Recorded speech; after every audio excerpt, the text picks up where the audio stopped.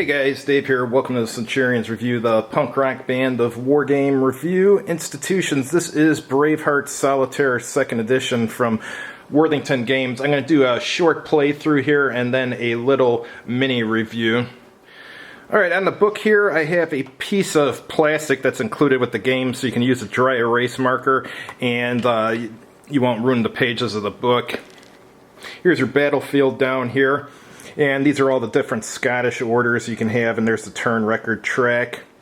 Up here you have sequence of play of changing Shiltron status, mark the affected Scots infantry formations.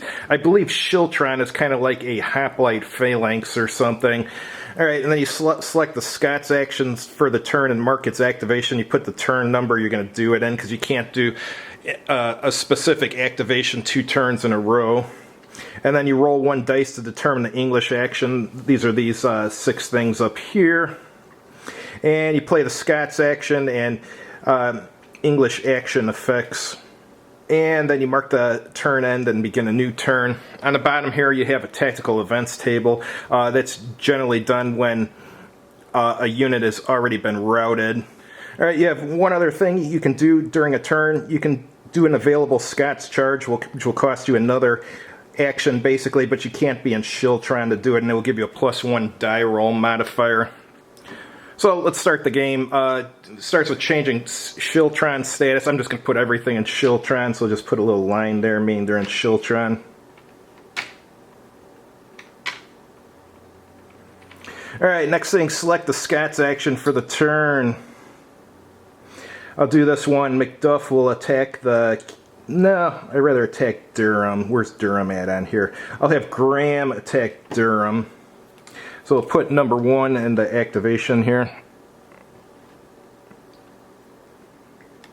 Alright, now we're going to roll for the English action, which is a 6, which is pikes. Add up the 3 pike units to the pike formation, so this one gets 3 pikes. And roll 1 die. He gets a 5. A 5 and a 6 is 1 hit on the English, so they lose 1 pike.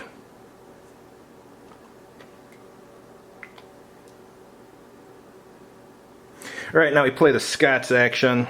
So Graham is going to attack Durham. So he's going to roll his dice here.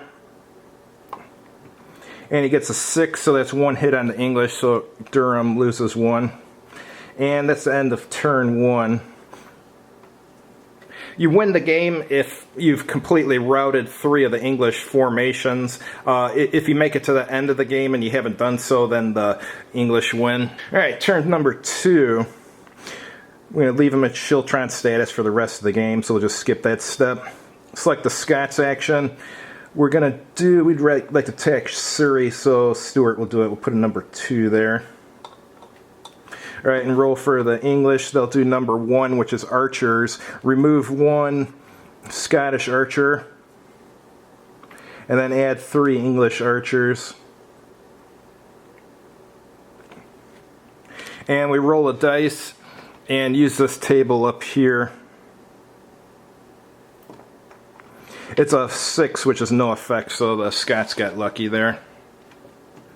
Alright, so let's do Stuart's thing here. Stuart's attacking Surrey's knights, so let's roll. And we get a 6, which is 1 hit on the English. And turn 2 is complete. Alright, turn 3. I'm going to go back to Graham here and use that activation. And then we'll roll for the English, and they got a 3. Which is Surrey Knights. Use the tactical events table. Where's Surrey Knights on here? Right here. And if Surrey Knights is not routed, attack Stuart.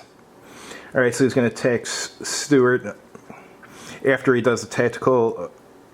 excuse me. He'll do the tactical events table against Stuart. So he does a crossbow attack. Remove 1 Scottish unit of your choice. I'll get rid of an archer. I don't really use them much.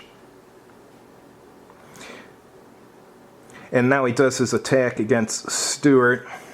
So we'll roll this. And he gets a 2, so that's 1 hit on the Scots. Alright, now Graham is going to attack Durham's knights. Let's roll this. Hopefully we we didn't do well. We got a 1, so that's 1 hit on the Scots. Alright, turn 3 is complete. Turn 4. Stuart's going to activate on this turn and we'll roll. And we get a 6, so add up the 3 pike units. If there's 6 or more in play, they'll get a -1 die roll modifier, but this one here is killed, so there's only 5 in play. So roll 1 dice and use the attack results table. They get a 3, 1 hit on the English and 1 hit on the Scots. I can put it on any Scottish infantry formation of my choice. I'll put it on the archers, why not? So the pikes actually have 2 dead here. Okay. Alright, now Stuart is going to attack Surrey's knights. He gets a 6, so that's 1 hit on Surrey's knights. And that's the end of turn 4. Turn number 5. Alright, Graham will go.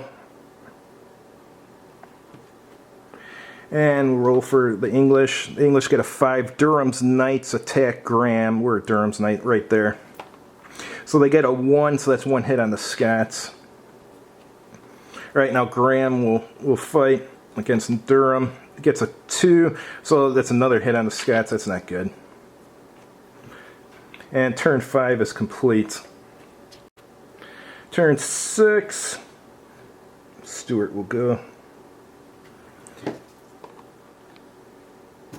And a 4, Lincoln's Knights will attack Murray. So here's Lincoln's Knights. And they roll a 6, so there's 1 hit on English, so Lincoln's Knights loses 1. Alright, now Stuart's going to go and he's attacking Surrey. He gets a 2, so actually Stuart takes a hit there. Alright, and turn 6 is done. Turn number 7, Graham will go. English get a 1, so that's archers. Remove 1 Scottish archer, already did, and add 3 English archers. And roll the, let's show their table here. This table right here. And they get a 5, which is no effect again, so that's good for the Scots. Alright, now Graham will attack Durham. That's 1 hit on the English. And turn 7 is done. Turn number 8. Action will be with Stuart. English get a 6, add up the 3 pike units, so we got to add them here. Alright, and they have more than 6 in play, so they get a -1 die roll modifier. So a 1 becomes a 0, so that's actually 2 hits on the Scots. So we'll put them on Macduff, I think. We'll put 1 on Macduff and 1 on Murray. You can put them anywhere for the pikes. Now Stuart will go. I usually do better than this, actually. I don't know why I'm doing so bad this game. Alright, Stuart's going to attack Surrey. And he gets a 2, so that's a hit on Stuart himself. Turn 8 is done. Turn 9. Alright, they've used up all their activations, Stuart and Graham. Alright, so I'm going to do a Wallace activation. So, turn 9. And this will be for Stuart to do an activation. English get a 1, that's archers again, so they get 3 archers. And they're going to roll, and they get a 2. And a 2 goes against Stuart, and they're in Shiltron, so they take 2 hits. So Stuart has been destroyed. So Stuart can't attack this turn since he's destroyed, so I wasted the Wallace activation. So turn 9 is done. Turn 10.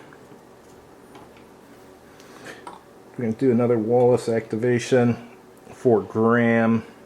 Oh no, he's out of activation. Yeah, he is. Correction, he's doing the Wallace activation so he can do that. Alright. Roll for the English. Durham's Knights attack Graham. They get a 2, so that's 1 hit on the Scots, and the Scots have lost another formation. So Graham was supposed to fight, but he can't now because he's dead. Alright, so we'll go to turn 10 is done. Go to turn 11.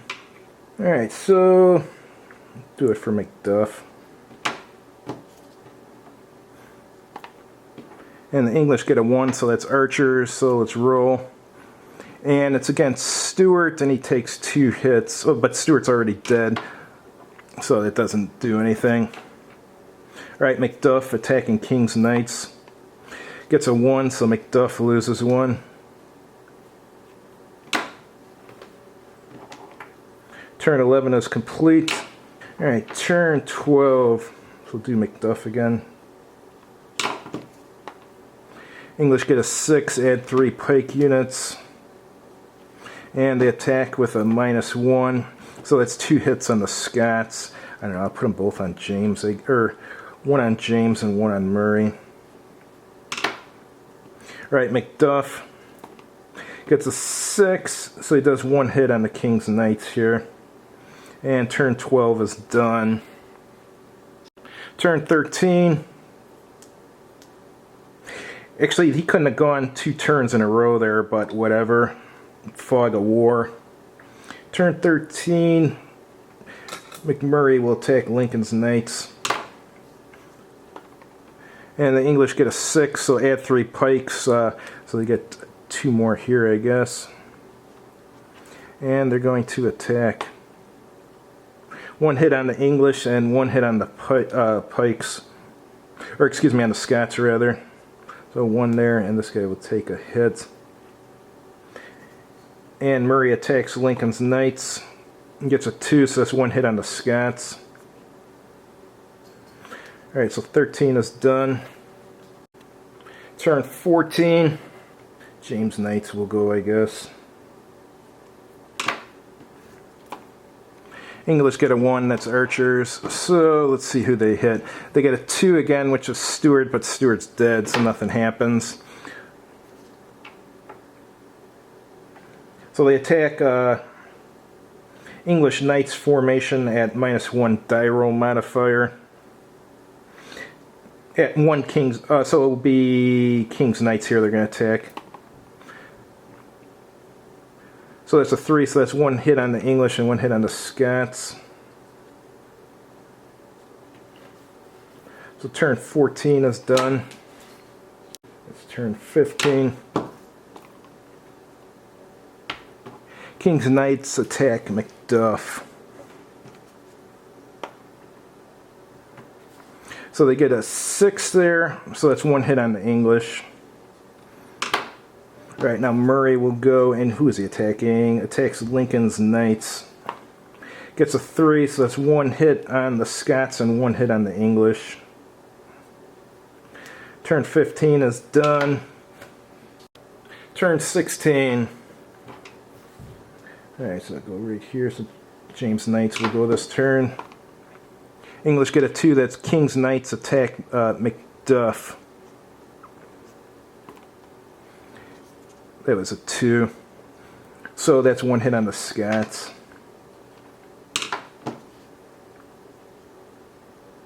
Alright, Murray will attack Lincoln's Knights. So that's 1 hit on the Scots. So Murray loses a unit.